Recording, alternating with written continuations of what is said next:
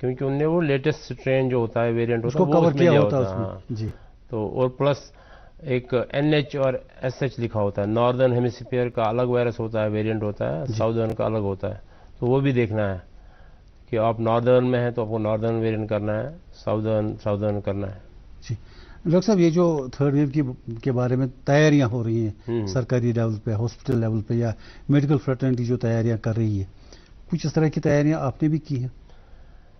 ہم تو پہلے سے ہی اس پہ لگے ہیں تو ہمیں اب کہہ رہے تھے جیسے اس میں بچوں پر زیادہ افیکٹ ہونے والا ہے, اب اگر کوئی مان لیجئے وینٹیلیٹر کی ضرورت پڑی یا کچھ, اس میں وہی سسٹم رہے گا یا بچوں کے لیے کوئی الگ سا؟ بالکل وہی سسٹم رہے گا. بچوں کے وینٹیلیٹر جو ہوتے ہیں ڈفرینٹ ہوتے ہیں, بٹ وہ آلریڈی جو ہمیں جیسے ہمارے ہاسپٹل میں نکو ہے نیونیٹل ICU, جی پھر پیکو ہے پیڈیاٹرک ICU, تو اس میں ویسے ہی وینٹیلیٹر لگے ہوتے ہیں, تو اس میں کوئی ان کو چینج نہیں کرنا ہے. اونلی یہ ہوتا ہے کہ you my dedicate some ventilators اور سم اسپیس اور سم پلیس فار دس بچوں پارٹ. کے لیے جی. ہاں باقی ventilators might keep it for regular use, جیسے باقی پرابلمز میں بھی وینٹیلیٹر کی ضرورت پڑتی ہے. باقی جو میڈیکل آکسیجن وغیرہ کی اگر ضرورت پڑی تو وہ آلریڈی ہے ابھی ہمارے پاس سفیشینٹ آکسیجن ہے. جی ڈاکٹر صاحب you are the professor of endocrinology, آپ سنا ہے کہ اینڈوکرائنالوجی کے جو پیشنٹس ہوتے ہیں ریلیٹڈ, تو ان پر اس کووڈ کا کچھ زیادہ ہی اثر رہا ہے. اس سلسلے میں تھوڑا ہمیں بتائیے کہ جو لوگ اس میں ڈفرینٹ گریڈس ہوتے ہیں. اس میں دو پہلو ہے کہ ایک ڈائبٹیز کا کیا اثر ہے کووڈ پر, اور دوسرا پہلو ہے کووڈ کا کیا اثر ہے ڈائبٹیز پر. جی ٹھیک ہے, تو پہلے ہم کرتے ہیں کہ ڈائبٹیز جن کو ہوتی ہے ان پہ کووڈ کا کیا اثر ہے اس پہ بات کریں گے. وہ یہ آپ نے دیکھا ہوگا کہ کووڈ جو ہے میجورٹی اکثر لوگ اس میں ٹھیک ہو جاتے ہیں جی, تو کسی کو بھی افیکٹ کر سکتا ہے, ینگ کو اولڈ کو, لیکن دیکھا گیا کہ جن میں کچھ کو ماربیڈیز تھی ان میں کمپلیکیشن ریٹ اور ڈیتھ ریٹ زیادہ تھی. جن میں ایک کو ماربیڈیٹی ڈائبٹیز ہے, اس میں انہیں دیکھا ایک اولڈ ایج, ایک انہیں دیکھا ہائپر ٹینشن, ایک دیکھا انہیں ڈائبٹیز, اور باقی کچھ ڈیزیز جیسے کینسر. جی جی, ان میں انہوں نے دیکھا کہ کووڈ کی کمپلیکیشن ریٹ, یعنی کہ کمپلیکیشن مینس ہاسپٹل میں ایڈمٹ ہونا, جی جی, آکسیجن کی ضرورت پڑنا, وینٹیلیٹر کی ضرورت پڑنا یا ایون ڈیتھ ہونا, جی, تو یہ ان میں زیادہ. تو پھر اس طرح یہ طے پایا کہ جو ڈائبٹکس ہیں ان کو تھوڑا بچنا تو سب کو ہے, جی, لیکن تھوڑا ان کو زیادہ احتیاط کرنے کی ضرورت ہے, کیونکہ اگر ان کو لگ گیا انفیکشن تو کمپلیکیشن کی زیادہ چانس ہے, اور ان کا اپنا ڈائبٹیز کا کنٹرول اچھا رکھنا ہے. اوبیسٹی میں 10 times they found complication risk. جو اوبیس تھے سو عام انسان کے مقابلے میں ان کو 10 گنا زیادہ چانس کمپلیکیشن ہوئی. جیسے مان لو اگر عام انسانوں میں 100 میں سے 1 کو ہو گیا کمپلیکیشن, اوبیس میں 10 کو ہو گیا کمپلیکیشن. ڈائبٹکس میں نو میں کہتا ہوں اوبیسٹی, بٹ جنرلی یہ اوبیسٹی, ہائپر ٹینشن اور ڈائبٹیز یہ تینوں ایک ساتھ ہی ہوتے ہیں, کیونکہ ڈائبٹیز کا کارن بھی اوبیسٹی ہے اور ہائپر ٹینشن کا کارن بھی اوبیسٹی ہے. سر آپ ایکسپرٹ ہیں, ہماری سوسائٹی میں نارمل لوگوں کا آپ نے اسیسمنٹ کیا ہوگا, آپ کو کیا لگتا ہے کہ مجھے لگتا ہے زیادہ تر اوبیسٹی ہے ہم میں؟ ہمارے پاس بالکل ہے اوبیسٹی, اور اوور ویٹ بھی ہے, اوبیسٹی بھی ہے. اب اس میں کیا, ہاں تو اس میں یہی ایشو ہے کہ بہت سے لوگ جب اوبیسٹی کی بات کرتے ہیں تو ان کے تصور میں آتا ہے وہ اوبیسٹی جو ہم باہر ویسٹ میں دیکھتے ہیں, US میں دیکھتے ہیں, کیونکہ وہاں کا جو کرائٹیریا ہے اوبیس بتانے کا, وہاں ایک انڈیکس ہوتا ہے باڈی ماس انڈیکس یا BMI, آپ نے سنا ہوگا. BMI ہم کیا کرتے ہیں, ہم ویٹ لیتے ہیں کیجز میں اور ہائٹ لیتے ہیں میٹرز میں. تو ہائٹ کا اسکوائر کرتے ہیں, جیسے اگر کسی کی ہائٹ 150 سینٹی میٹر ہے تو اس کا اسکوائر کریں گے 1.5 میٹر ہو گیا, وہ اس کا اسکوائر آ گیا 2.25, اور اس کے ویٹ کو ہم ڈیوائڈ کریں گے. مان لیں اس کا ویٹ ہے 45 تو ہم اس کو 2.25 سے کریں گے تو اس کا 20 آئے گا. تو اس BMI کی بنیاد پر جو کلاسیفیکیشن باہر ویسٹ میں اس کے حساب سے 24.9 تک نارمل ہے, اور 25 سے 29.9 تک ہم بولتے ہیں اوور ویٹ, اور 30 آنورڈس ہم اوبیسٹی بولتے ہیں. پھر اس میں بھی کلاسز ہیں, کلاس 1 اپ ٹو 35 ہے, کلاس 2 اپ ٹو 40 ہے, اور 40 اور مور وی کال موربڈ اوبیسٹی. بٹ یہاں پر دیکھا گیا کہ انڈین سب کانٹیننٹ میں, ایون ایشین اس میں جو پاپولیشن ہے, ان کا اگر ہم لیں گے ایک ویسٹ کا ایک یورپین لیں گے یا ہم یو ایس کا لیں گے ایک انسان، اس کا بی ایم آئی اور ہمارا، جیسے میں یہاں سے ہوں، اگر ہمارا بی ایم آئی دونوں کا سیم ہوگا، مان لو ہمارا دونوں کا بی ایم آئی 25، بٹ پھر جب باڈی انالیسس کرتے ہیں، بہت سے طریقے باڈی انالیسس کے، ایک ڈیکسا ہوتا ہے، بہت سے طریقے ایم آر آئی، پڑھتا ہے، کھیلتا ہے، جھولتا اچھلتا ہے، دوڑتا کبھی کبھی دوڑ کر راتا ہے، آگے آگے بڑھتا ہے انڈیا، امول دودھ پیتا ہے انڈیا. ایکس رے اسے کرتے ہیں، تو fat percentage for the same B M I زیادہ ہوتی ہے انڈین پاپولیشن میں. مینز اوور آل باہر سے تو یہ سب ایک جیسے لگتے ہیں وزن کے حساب سے، ہائٹ کے حساب سے، لیکن اندر ان کی فیٹ زیادہ ہے مسل سے، تو مینز ان کی جو پرابلمز ہیں وہ زیادہ ہوں گی. تو یہ پھر ڈبلیو ایچ او نے اس کو چینج کیا کلاسیفیکیشن. جو ہمارا نارمل بی ایم آئی ہے وہ ہے 22.9، 23 سے ہم اوور ویٹ مانتے ہیں اور 25 سے ہم اوبیسٹی مانتے ہیں. جی. تو اگر یہ کرائٹیریا جب ہم لگاتے ہیں تو ہمارے میں بہت سے لوگ اوبیس اور اوور ویٹ ہیں. جیسے کہ ہم نے تحقیق کی تھی، وہ ہم نے پبلش کی تھی 1999 میں. پرانے کرائٹیریا کے حساب سے ہماری جو ایوریج اوور ویٹ یا اوبیس تھی 15%، میل سے 7%، فیمیل سے 22%، تو ایوریج نکلا 15%. جی. لیکن پھر یہ جب ڈبلیو ایچ او کی یہ کلاسیفیکیشن نہیں آ گئی تو ہم نے جب نیا کرائٹیریا لگایا تو سڈنلی فرام جو اوور آل جو فیمیلز کا 25 تھا، اٹ بیکیم 40% اوور ویٹ اور اوبیس، اور میل کا بھی بڑھ گیا. دوسرا یہ ہوتا ہے کہ کوئی ویٹ کے حساب سے اوبیس نہیں ہے، بٹ جب اس کی ایبڈومنل گرتھ ہم دیکھتے ہیں تو ایبڈومنل گرتھ کے حساب سے وہ اوبیس ہوتا ہے، کیونکہ ایبڈومنل گرتھ دکھاتی ہے جو فیٹ ہے ایبڈومن میں، وسرا جو ہوتے ہیں آرگنز کے اراؤنڈ، جس کو ہم ایپل شیپڈ اوبیسٹی بھی بولتے ہیں، اینڈرائڈ اوبیسٹی بھی بولتے ہیں، ٹائپ 3 اوبیسٹی بولتے ہیں. This is the most is the worst form of obesity, because اسی میں زیادہ وہ کمپلیکیشن ہوتی ہیں جو ہم بولتے ہیں، چاہے ڈائبٹیز ہو، ہائپر ٹینشن ہو، کولیسٹرول ہو، فیٹی لیور ہو، ہارٹ ڈیزیز ہو، جوائنٹ ڈیزیز ہو، جو بھی، وہ سارے اسی میں ہو جاتے ہیں. تو یہ تھا پہلو کہ اوبیسٹی اور ڈائبٹیز والوں کو کووڈ کی کمپلیکیشن زیادہ ہے. جی. دوسرا پہلو جو ہم بول رہے تھے وہ ہے کہ کووڈ سے ڈائبٹیز پہ کیا اثر پڑا. کووڈ سے بہت سے پیشنٹس ہمیں جو ڈائبٹک نہیں تھے وہ ڈائبٹک بن گئے. اب اس نے جیسے ٹریٹمنٹ شروع کیا، اس کے ٹیسٹ ہوئے، وہاں سے شوگر ہائی نکلا. اب اس میں 2-3 چیزیں پاسبل ہیں. ایک یہ ہے کہ اس کو پہلے سے ڈائبٹیز تھا، اس کو پتہ نہیں تھا، یا اس کو تھا پری ڈائبٹیز، شوگرز اب نارمل تھے، اتنے ہائی نہیں تھے لیکن بڑھ گئے. جی. یا کسی کو first time because of Covid diabetes ہوا، وہ بھی کیسز ہیں. اچھا. تو اس کا یہ کیوں ہوا، یہ تو اندازہ لگانا بڑا آسان ہے، کیونکہ کووڈ میں کیا کر رہے تھے ہم کو بولا گیا گھر میں بیٹھو، باہر مت نکلو. جی. فزیکل ایکٹیویٹی ہماری ویسے بھی بہت کم ہے. جی.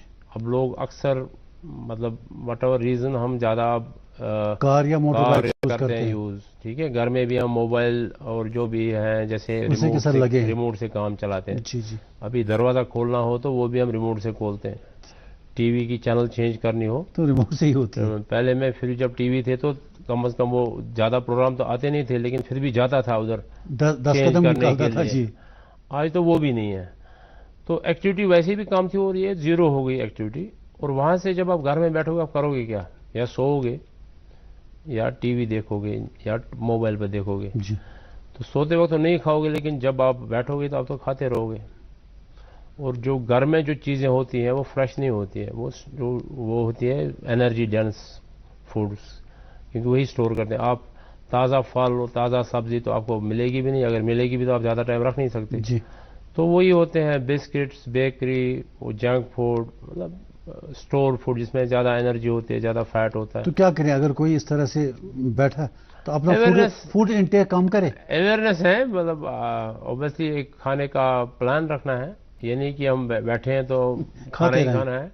ٹی وی دیکھ رہے ہیں، ادھر سے کھانا بھی کھا رہے ہیں، موبائل چلا رہے ہیں، ایک ہاتھ سے کھانا کھا رہے ہیں. وہ ٹائم رکھنا ہے کھانے کا، جو آپ کا اپنا میل پلان ہے، کتنی کیلوریز آپ کو لینی ہے، کتنے میجر میلز لینے، کتنے مائنر میلز. یہ تو ہر گھر کی پرابلم ہے جو آپ ہاں. اور آپ کو یہ بھی اگر مجھے بھوک لگی میں کیا چیز کھاؤں جس سے میری بھوک بھی مٹے اور میرا یہ جو شوگر ہے یا وزن ہے یا بلڈ پریشر ہے جو بڑھ جاتا ہے وہ بھی اگر قابو فوڈ میں انٹیک کم کرے ول اٹ ہیلپ؟ ڈیفینیٹلی وہ تو ثابت ہو گیا ہے، اس میں تو بہت جی۔ ریسرچ ہے.